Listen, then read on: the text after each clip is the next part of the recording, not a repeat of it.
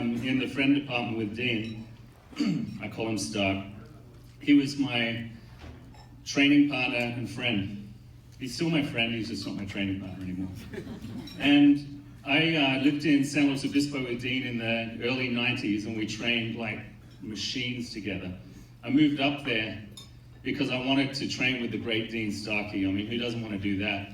I was ready to jump 19 feet, but I knew I needed something to get me there, and Dean was that guy. So I packed all my worldly belongings after Barcelona, headed up there to San Luis Obispo. I'm like, this is going to be it. So I called pre-cell phone. I called Dean. I'm like, hey, I'm in town. And he's like, hey, what are you doing here? I'm like, I moved here my whole life to train with you. He goes, oh, I'm moving to Texas. I didn't know you're not moving to Texas. So I talked him into staying, thanks Dean. But I was there at the hospital the day his son Garrett was born. And he still calls me Uncle Simon, which I love. I also, 20 years tonight, we just figured out, walked up to Mel Mueller and Jill at a bar in the Reno Pole-vault Summit, and it was 20 years tonight, 20 years ago tonight. And I hit on them. And Jill rejected me and said, but is that Dean Starkey over there? Dean, yet again. But I have, I think, the right to embarrass Dean a little bit tonight, so I'm going to try my best to do that.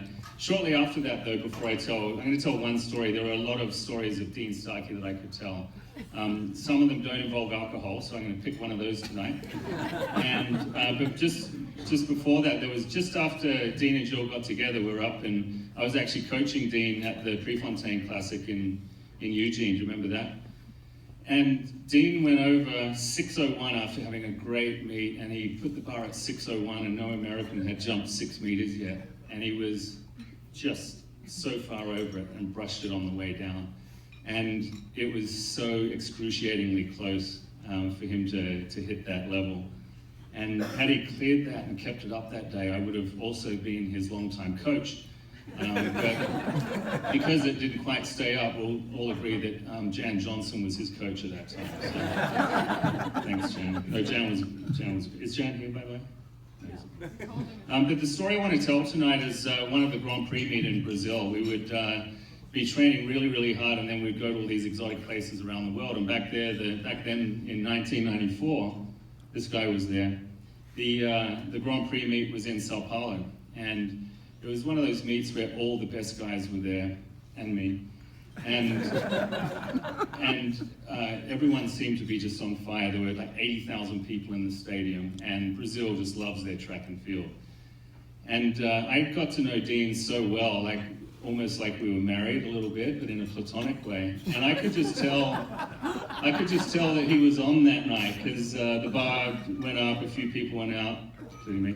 And at 5:62, Dean comes down on a little pole. It was like a 15.0 or something, which for him was tiny. This is a guy who uses 11.0s. And he put literally 2 feet over 18.5. I mean, he just boomed it. I looked at him like, Dean, I sat down with him like, do you realize what you just did? You just smoked the heck out of that. And he goes, that actually felt pretty good. And I said, you could win some money tonight. And all the Russians were there. Huff was on fire at the time, jumping really well at that time. And he goes, yeah, I'm gonna make some money. He said, if I jump 580 tonight, 19 feet, I'm gonna buy myself a surfboard. That was the other thing we did in San Luis Obispo. I said, you should buy me one too if you jump 19 feet. And he goes, yeah, right. And I said, well, how about if you jump 590, will you buy me a surfboard? He goes, if I jump 590, I'd be delighted to buy you a surfboard. And Doug Fraley sitting right next to him, and Lips goes, oh, I'm a witness, I heard that. So I'm like, all right, good. So anyway, bar goes up. Dean on still a little pole, goes over 582. I'm not gonna say he held it on, but he held it on. Bar stays up. He's like, I can't believe that, I just got my surfboard. I'm like, this is good. And then Huff jumps over 582. And then 2 Russians jump over 582. It was Yegorov and Potapovich. And so then the bar's going to 587. And Dean's getting his sweats off and getting around like, what the hell are you doing? He goes, going to vault. And, I said, what's your PR? And he goes, 591. I said, do you think it would ever help you in your life if you go jump another 587? What the hell are you even thinking? He goes, I said, are you scared? He's like, no, I'm not scared. Yeah, you're right, I should pass. I'm like, yeah, you should pass. So he passes. This guy doesn't pass. So Huff and the two Russians, they're going for it. It was really close. Like the Russian, the Potopovich, Yegorov, however he did it. Huffman, and just coming off every time. And I don't want to talk out of school, but if Scott hadn't been quite so well endowed, he probably would have kept it on that night.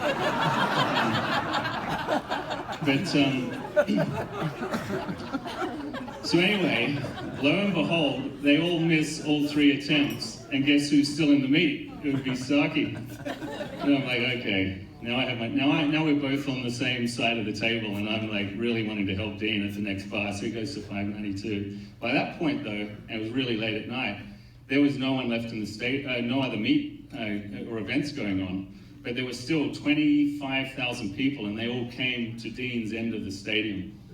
And it was electric, and the lights were on, it was live on TV, it was on fire. And so, of course, I'm calling the wind and doing everything for him like a little gopher, just wanting him to get over that so I could get my surfboard. And he's still on a really small pole for Dean. He got rejected on the first jump and then went down a pole, which Dean never does, because if you know Dean, when he gets rejected, he goes up a pole.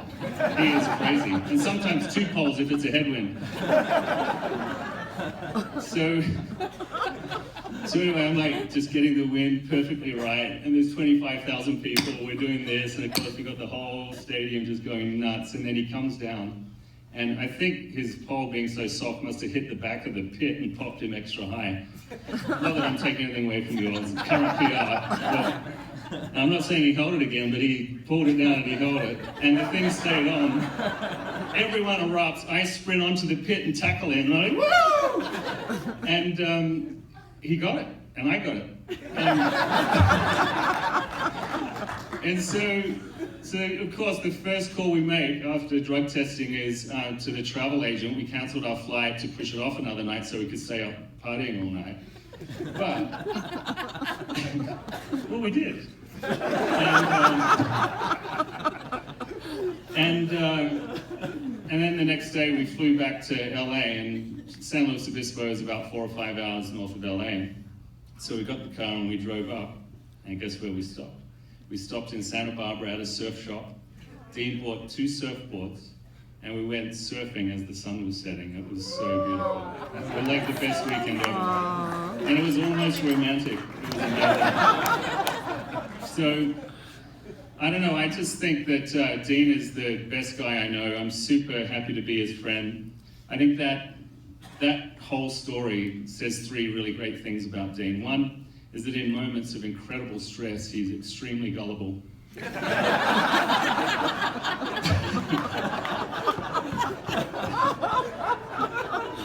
He really is he's a courageous competitor, and all the guys who were back in the day, from Earl all the way through to our generation, and then the other guys who came on the tail end of Dean, he is ridiculously difficult to compete against and even worse to train with. And for a mere mortal who has no natural talent, it was really tough, but he brought everything out of me, and I can honestly say I never would have jumped 580 had I not trained with Dean. And over and above all of that, I think he's got an incredible ethic. He's the best friend and mentor and family man and husband and dad and everything. So congratulations, Dean. Love you.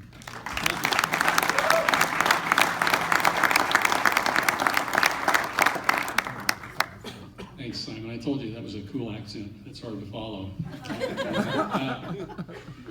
Like Simon said, Dean is a unique individual. I have never seen a guy who, when he gets stood up on a pole, I would say to him invariably, Dean, that pole's a little too stiff, you need a smaller pole. And he'd say, well, actually, I'm thinking of going up a pole. And I'd look at Pat and I'd go, who does that? And he would make the bar the next meet. I don't know how he did it, but he enjoyed a challenge. There was another meet in '98 U.S. Outdoor Championships. We had such a strong headwind. Only 4 men cleared a bar. Everybody else no-heighted. And Dean cleared 18.6 1/2 in a headwind. And it was amazing, amazing thing. That's kind of a thing with Dean. Big meets bring out the best in him. I'd like to go through some of his credentials. Just give me 30 or 40 more minutes here. And at the University of Illinois, he cleared 18 feet 1 inches for a new Big Ten indoor record. He qualified for every indoor and outdoor championship in the NCAA. That's 8 times. Twice he won the NCAA indoor. Along the way, he set an NCAA indoor record, 18.6.5. Later that year, he placed 4th at the NCAA outdoors, amazingly jumping 5 meters 70, 18.8. In the 89 World University Games in Germany, he took silver for the U.S., jumped 18.4.5. In 93, he placed in the top 3 at the U.S. Outdoor Championships, which qualified him for another U.S. team, this time in Stuttgart, Germany. And this was his first of 3 World Championships. The following year, 1994, Dean Starkey put on a clinic like we'd never seen by an American pole vaulter. He jumped over 19 feet that summer overseas 9 times. And it was amazing watching him duke it out with the Russians. With Sergey, he won some Grand Prix meets, and he was unstoppable. In fact, the last meet of that year, he jumped 19 feet at the Grand Prix final and almost won the thing. He got second. He was runner-up at the U.S. Outdoor Championships in 1995, qualified him for yet another World Championship team, this time in Gothenburg, Sweden, where he placed 8th. And then in 97, he cleared 19.225, again to place 2nd at the U.S. Outdoor Championships. He only cleared it by about that much. Once again, proving that he was a big meet performer at the World Championships in Athens, he earned a bronze medal with a career high of 19.5, and he smoked it. You should check that out on YouTube. This was the first time an American vaulter won an outdoor championship medal since Earl Bell earned the bronze medal in '84. Silver? I like gold. Gold. It had been a long time until Dean came along and won that medal. He competed professionally in Europe and Asia, South America, and he retired due to an Achilles injury in '99. During this time as an elite vaulter, he coached numerous 18-footers at Cal Poly San Luis Obispo. And except for one injury-plagued year, he cleared 19 feet or better every year from 1990 up to 1997. Since then, he's founded the Arizona Pole-vault Academy in Phoenix, where he serves as a head coach nearly every year. Hey! It's like he brought another contingent. Dean brings his vaulters here every year. He once told an interviewer that his passion is to give kids who are interested in pole vaulting every possible advantage to get better. And he went on to tell the interviewer he gets tremendous satisfaction from giving them these opportunities. And he said, "I love to share my passion for this sport." And he has contributed greatly to our sport, and he continues to do so. Like Simon said, he's like a brother to me. We think the world of him, and it is my sincere honor to induct Mr. Dean Starkey into the National Pole-vault Hall of Fame.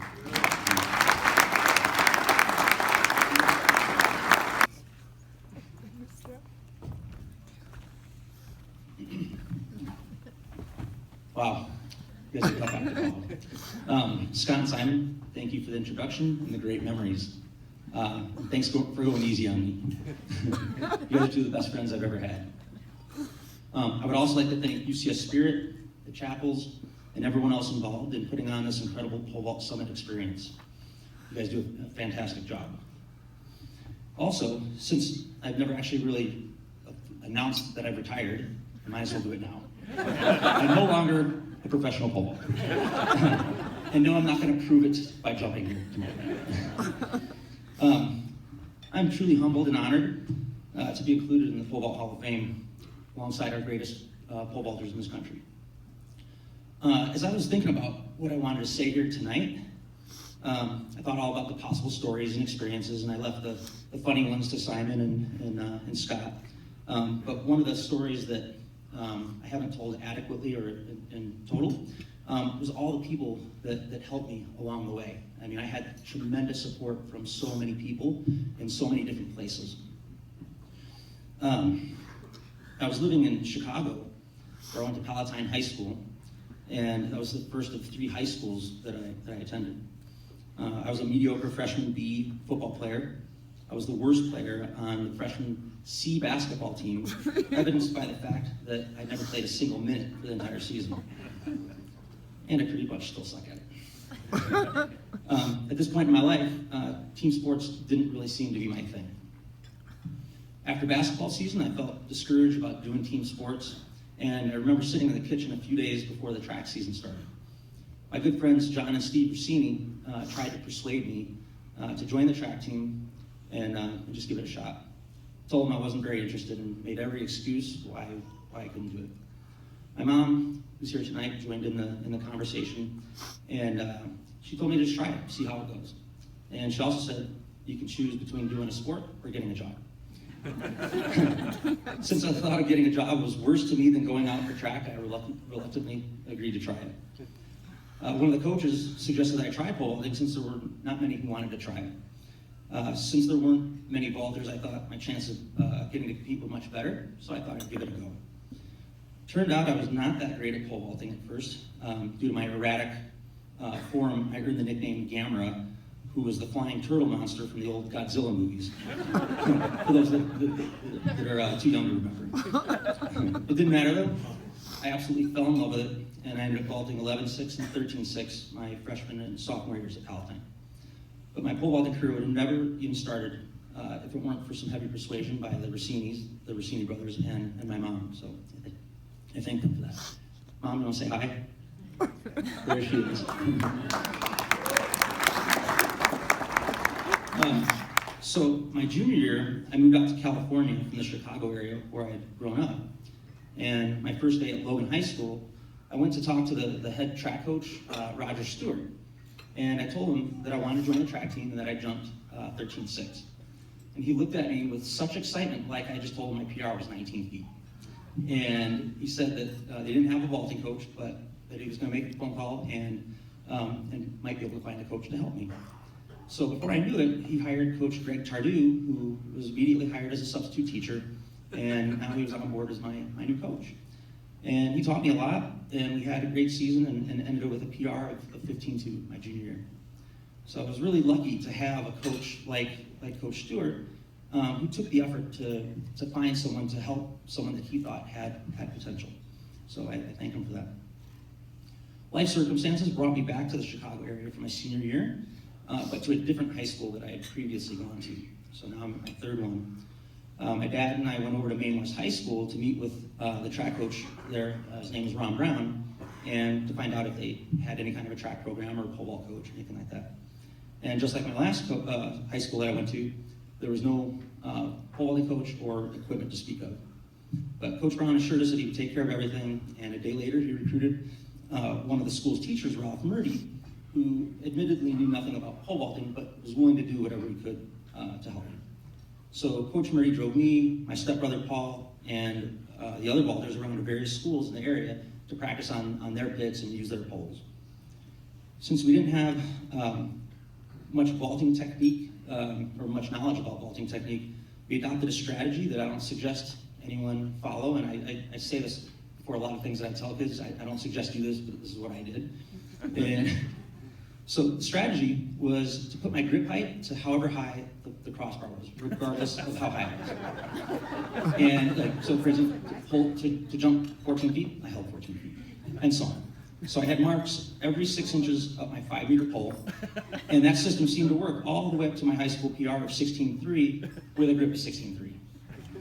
Naturally, I needed a 17-foot pole if I wanted to reach my goal of jumping 17 feet. So we called Gill Athletics to order a 17-foot pole, but they politely declined our request and said that I didn't need a pole that long and that I should probably learn how to jump correctly first. What do they know, right? So, of course, Coach Brown also, he played a role as my agent and talked to all the colleges that he possibly could. And one of those coaches was Jerry Clayton at the University of Illinois. And so apparently gripping that high caught his attention, and he offered me a scholarship. So after Coach Clayton lowered my grip about 1.5 feet, the PR started coming in quickly, and pole vaulting became a lot more fun getting launched off the top of the pole for once. My new teammate, Lane Lohr, who a lot of you know in here, who was a few years older than me, he took me under his wing from the very first day. Actually, on my recruiting trip, he made me feel really comfortable, and he was one of the main reasons why I went to Illinois. So, but it wasn't all smooth sailing. During the first few months that I was at Illinois, I I had a multitude of mishaps. Very first day I showed up to practice, and I don't know how we ended up jumping the very first day of practice, but I went from the same step that I had ended 3 months earlier at the end of my high school season, holding 16 whatever, and no warm-up jump, just first time down, went straight up, straight down in the box, and cut my knee open. And so, big flap of skin hanging open, and I didn't realize it because I was so embarrassed because I'm trying to impress the coach and all the other college teammates. And I went to the back of the runway, and they're like, Dean, your knee. And I looked down, I'm like, oh, and they took me straight to the hospital and got it all stitched up. And then severed a nerve in my elbow, going over the crossbar, landing on it like an idiot. I shattered one of my teeth on the crossbar. Mind you, this is all in the first 2 months I was at Illinois. This isn't like a career list. And then finally, my hand slipping off of a fully loaded pole, taking it right between the legs. So I was a very popular guy on campus because it looked like I'd had a grapefruit stuffed down my pants for about 4 weeks. So although I was starting to wonder why I was so accident prone, none of this seemed to slow me down. With Jerry and Lane's coaching and mentoring, I was able to win some NCAA championships and ended up with a PR of 18.8 by the end of my senior year. So after my senior year, I moved down to train at Texas State. Back then it was Southwest Texas State with Coach Clayton. And after about a year, I realized that I wasn't really happy down there. I'm like, Toby, I don't really like Texas that much. So I was planning on moving back to the University of Illinois, where I used to train because it was the only place I really knew, and I didn't really know anybody. So I had a U-Haul trailer all packed up. I had it connected to a Trans Am. I don't know if some of you guys might remember that. It was a nice white Trans Am with the fire chicken on it and all that. It was really cool back then. So I'm sitting in an empty apartment, and I only had a phone and a sleeping bag laid out on the floor, and was just about ready to go to sleep. And the phone rings about 10 p.m. or so, and guess who's calling? None other than Jan Johnson. And he said something to the effect, I'm not going to do an impersonation, but I could. He said, hey, Hoss, I heard that you're moving to Illinois. He's like, don't do that. Come and train in California. And I'm like, just like that? Spontaneously changed my plans. I'm like, I'm heading to California. And figured I was up for a new adventure. And it was the best offer I had. So training with Jan was an incredible experience. I learned a lot from him, and those of you that know him or seen his videos, he's a pretty fun guy to be around, and he did a lot for me. And he basically got me over my first 19-foot jump, and then eventually 19.4. So then a few years later, Simon already told you the story of how he came out and trained with me. He was actually moved there to get his MBA, not to train with me. And anyway, he became likewise one of the best training partners and friends that you could ever ask for. He also brought a lot of knowledge, even though he thinks that I'm the one that did it. It was really him that he brought. I kind of had the dumb athleticism. He had actually the working knowledge of how to actually do things, and it was fun and extremely competitive. And we had a great training situation. We trained our butts off, and we served as often as we could, and it was a blast. I have great memories for that. And he also introduced me to my wife, as I think he mentioned, and helped me set, one of the biggest things, it was a non-pole vaulting thing, but he helped me set me on a career path in technology. And Simon was always good at persuading me to do things, and that was one of them. And so I'm like, yeah, technology. So anyway, started a long career in that, and I have him to thank for putting me on that path. Especially as I transitioned out of professional vaulting, which isn't always easy for people to transition out of a professional sport. And I will give him credit for my 1 centimeter PR in Brazil for tricking me into jumping my PR. So thank you for that. So in 1997, I qualified for the World Championships in Athens. And it was an incredible experience, but it almost turned into a disaster. And so I don't know how many people have heard the story, but Jill and I, we arrived in the warm-up area of the stadium in Athens, and obviously it's the biggest competition of my life. And as I'm getting warmed up, Jill's standing there just waiting for if I need anything.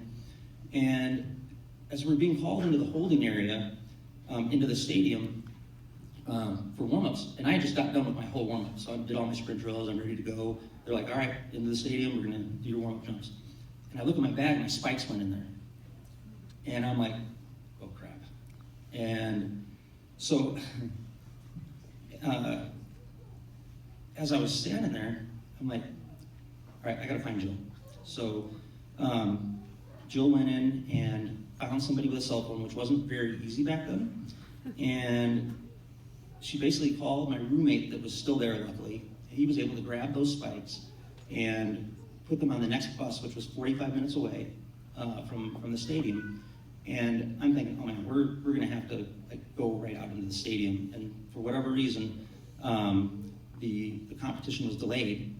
And so I had a huge stroke of luck with that. And kind of as a hedge or a backup plan, Reno Pole-vault, who was a South African vaulter, was there, and he just happened to have the same shoes and the same size. And I had asked him, I told him what happened, and he's like, you know what? He goes, after I'm done warming up, if you need my spikes, you can borrow them. And that was just such an unbelievable act of sportsmanship, and also the biggest meet of his life. So I thank him for that. That was a really selfless thing and an amazing thing to do. Luckily, after the spikes changed, I only heard the story of them changing hands several times before someone actually was behind a barrier, and they're holding them up, and they're like, Dean Starkey, I have your spikes. And so I run over the fence, grab the spikes, thank him. I don't know who he was. He was somebody from another team. I don't even think he was American. I think he was from the British team or something like that. And anyway, huge sigh of relief. Now I had my spikes. And in that instant, they're like, all right, out to the stadium for your warm-up jumps. And it was like a 45-minute delay, which for me, that's never happened. I mean, that's, I'm sure it happens, but I have never had that happen in all the years that I was pole vaulting, to have a meet delayed for the perfect amount of time. So anyway, I went on to have the best performance of my life, and I won the bronze medal. And after one of the most stressful situations that I think, and some of you guys might be able to sympathize with that. I mean, you can't jump without spikes. I wasn't doing it in bare feet, and I wasn't doing it in my flats. So without spikes, I was going nowhere. And I couldn't have done it without all the people that helped that day. And even though I don't know who a lot of them are, they contributed to the fact that I was able to win that medal, because I could not have done it without having my spikes there. And Jill especially for getting it done. So thank you for that. And I've only shared some of the stories. Obviously, I don't have time to sit here and share it all, because I have had a lot of help over the years with people that have, for unselfish reasons, just wanted to help somebody out that they thought had potential. And I want to thank all those people, especially my mom who's here, my dad who couldn't be here. I couldn't have done it without your support. The sport's given me a huge opportunity as a coach, allowing me to help young vaulters, and set them on the path to achieve things that they never thought were possible. I try and get the kids to believe in themselves and to push themselves farther than they ever think they could. And sometimes when I tell them what I think they're capable of, they look at me like I'm crazy. And a good amount of the time, they end up doing it, and just because they believe in themselves. So even though I'm no longer vaulting, I still love living the pole vault dream. Through the success of my club, and especially now my kids, Garrett, Taylor, and Tyra. So thank you.